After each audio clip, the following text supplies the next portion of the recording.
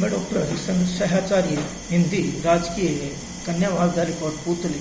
कल आपको छायावादी युग के बारे में बताया गया था कि छायावाद किस प्रकार से अपना स्थान साहित्य में आधुनिक काल में प्रवेश करता है।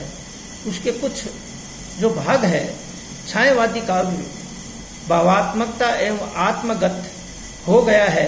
वह कवि की कल्पना, अनुभूति तथा उनके चिंतन का समाहार करती है। अतः उसमें रागात्मकत्व की प्रधानता है। इसलिए छायावादी काव्य मूलतः गीति काव्य है। वह अभिव्यक्ति की नई भंगिमाओं जो सूक्ष्म है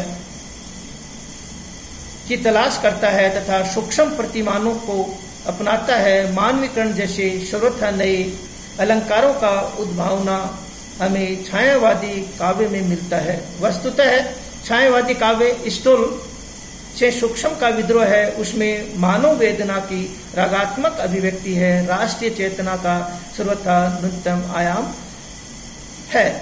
प्रसाद की कामायनी छायावादी काव्य की ही नहीं, समुच्चय भारतीय साहित्य की एक अनुपम कृति है। इसके बाद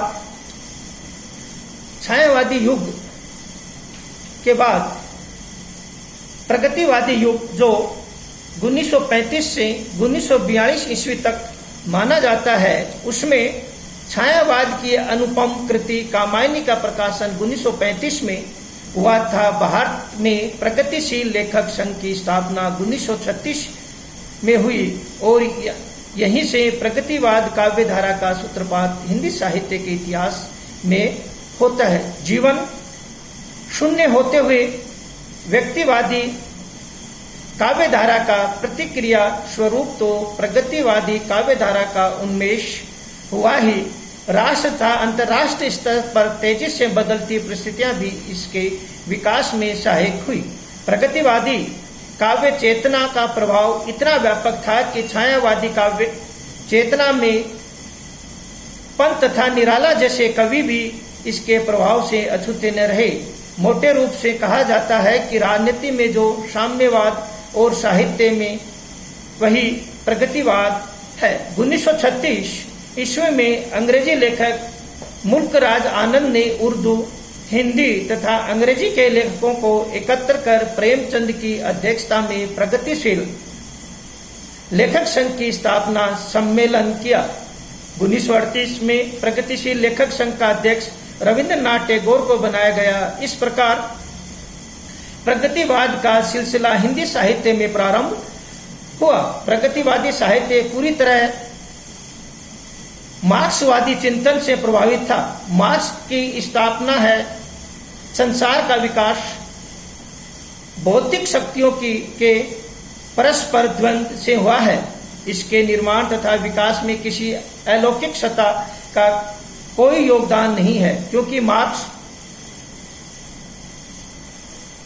ने ईश्वर की परिकल्पना का निषेध किया है। मार्क्सवादी चिंतन के अनुसार समाज दो वर्गों में विभक्त है, शोषक और शोषित। जो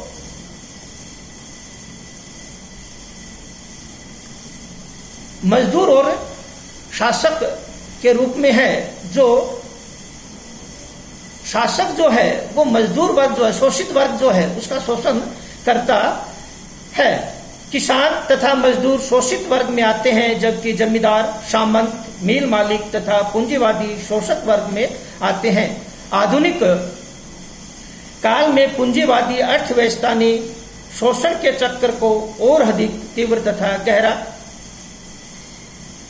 किया है, क्योंकि पूंजीवादी होंगे तो मजदूर जो वर्ग है, शोषित जो वर्ग है, उसका क्या होगा, और भी अधिक क्या होगा, शोषण होगा। आधुनिक काल में पूंजीवाद अर्थव्यवस्था में शोषण के चक्र को और अधिक तीव्र तथा गहरा किया है। अंग्रेजों ने भारत की आर्थिक शोषण भयंकर रूप से किया तथा पूंजीवादी अर्थतंत्र के कारण यहाँ किसान तथा मजदूरों का जीवन निरंतर अभावग्रस्त एवं होता गया। क्यों कि अंग्रेजों ने क्या है कि जो कच्चा माल था उसको क्या है अपने देश में भेजने शुरू कर दिया, और वहां पर क्या है कि जो चीज बनती थी वो यहाँ पर महंगी होती थी, और उससे क्या है कि जो किसान, मजदूर, शोषित जो वर्ग था उसका क्या है और भी अधिक शोषण होने लग गया। प्रगतिशील लेखक संघ के प्रथम अधिवेशन में अध्यक्ष पद से बोलते हुए प्रेमचंद ने कहा था कि आज की कसौटी पर वही साहित्य खरा उतरेगा जो वास्तविक जीवन की समस्याओं के प्रति जागरूक हो तथा जो संघर्ष के लिए प्रेरित करे। वस्तुतः प्रगतिवादी छायावाद विरुद्ध एवं यथार्थवाद काव्यधारा का विद्रोह था, क्योंकि प्रगतिवादी काव्य ने छायावादी समाज से विमुख काल्पनिक वायव्यता का विरोध किया। मार्क्स की यही मान्यता है कि जो साहित्य समाज के प्रगति में सहायक सिद्ध नहीं होता है वह बौद्धिक विलास या वाक्य जाल है। हंस, रूपाब, नया साहित्य, काव्यधारा, कृति, संकेत आदि अनेक पत्रिकाओं ने प्रगतिवादी काव्यधारा की चेतना का मंचन प्रदान किया। पंत की ग्राम्य, निराला की कुकरमुत्ता, गिरिजा कुमार के धूप के धान आदि काव्यों में प्रगतिवादी काव्य चेतना के स्वर सुनाई पड़ते हैं। फिर तो एक पूरी पीढ़ी ही प्रगतिवादी विचारधारा का पोषक बनकर उभरी।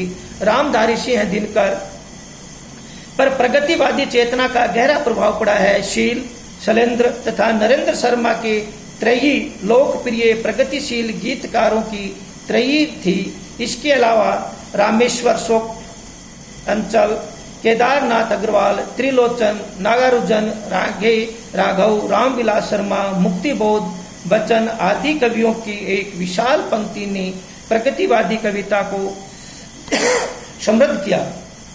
राष्ट्रीय चेतना, सामाजिक यथार्थ की अभिव्यक्ति, जनजीवन की समस्याओं से संप्रति, पूंजीवाद, सामंतवाद, साम्राज्यवाद का विरोध, श्रमिक तथा कृषक के अधिकारों के प्रति सहानुभूति, वर्ग चेतना, सामाजिक वैषम्य को मिटाने की ललक, मानववादी दृष्टि, नारी स्वतंत्र की हिमायत, सामाजिक रूढ़ियों का विरोध आदि तत्व प्रगतिवाद काव्य के नियामक तत्व रहे हैं। सामाजिक यथार्थ के चित्रण के लिए प्रगतिवादी कवियों ने सामान्य जन की बोलचाल की भाषा को अभिव्यक्त के माध्यम से बनाया, क्योंकि जब व्यक्ति बोलचाल की भाषा में साहित्य का निर्माण करेगा, कविताएं लिखेगा, तो क्या होगा कि उस समय की जो जनता है वो उस चीज को आसानी से समझ जाएगी, और समझने से क्या है कि उनका जो प्रगति है वो आगे बढ़ती जाएगी और शोषण जो वर्ग है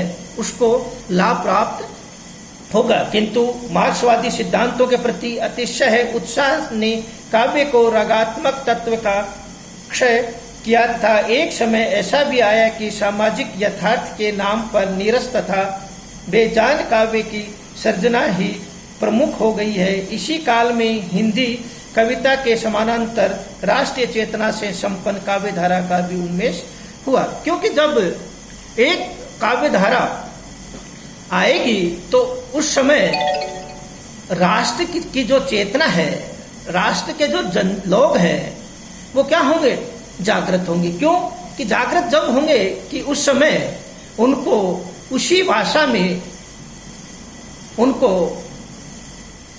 मिल जाएगी तो वो आगे बढ़ जाएंगे और राष्ट्र चेतना आगे बढ़ेगी। राष्ट्र चेतना संपन्न काव्यधारा भारतवर्ष की प्राधीनता ने भारतीय युग में ही राष्ट्रीय भावना से युक्त काव्य रचना की प्रेरणा कवियों को दी थी।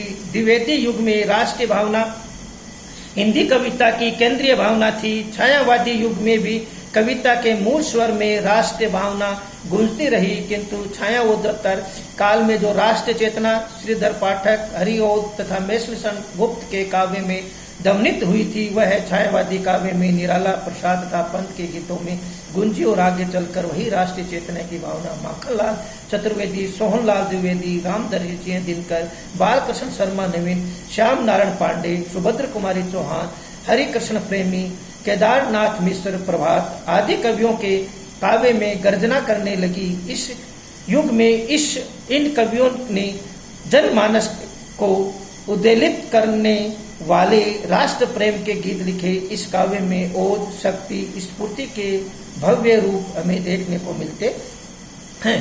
इस धारा के काव्य में अंग्रेजों की पराधीनता के प्रति गहरा क्षोभ है तो स्वतंत्रता प्राप्ति की उदाम कामना है। जनता को उद्बोधित तथा जागृत करने वाले भाव हैं तो भारत के गौरवपूर्ण अतीत का गुणानुवाद है।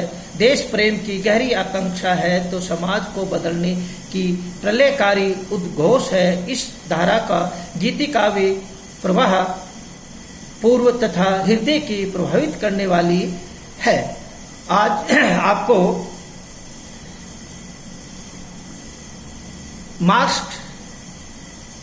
मार्क्स की जो शोषित और शोषण के बारे में प्रगतिवादी काव्य है उसके बारे में बताया गया है। जय हिंद, जय भारत, जय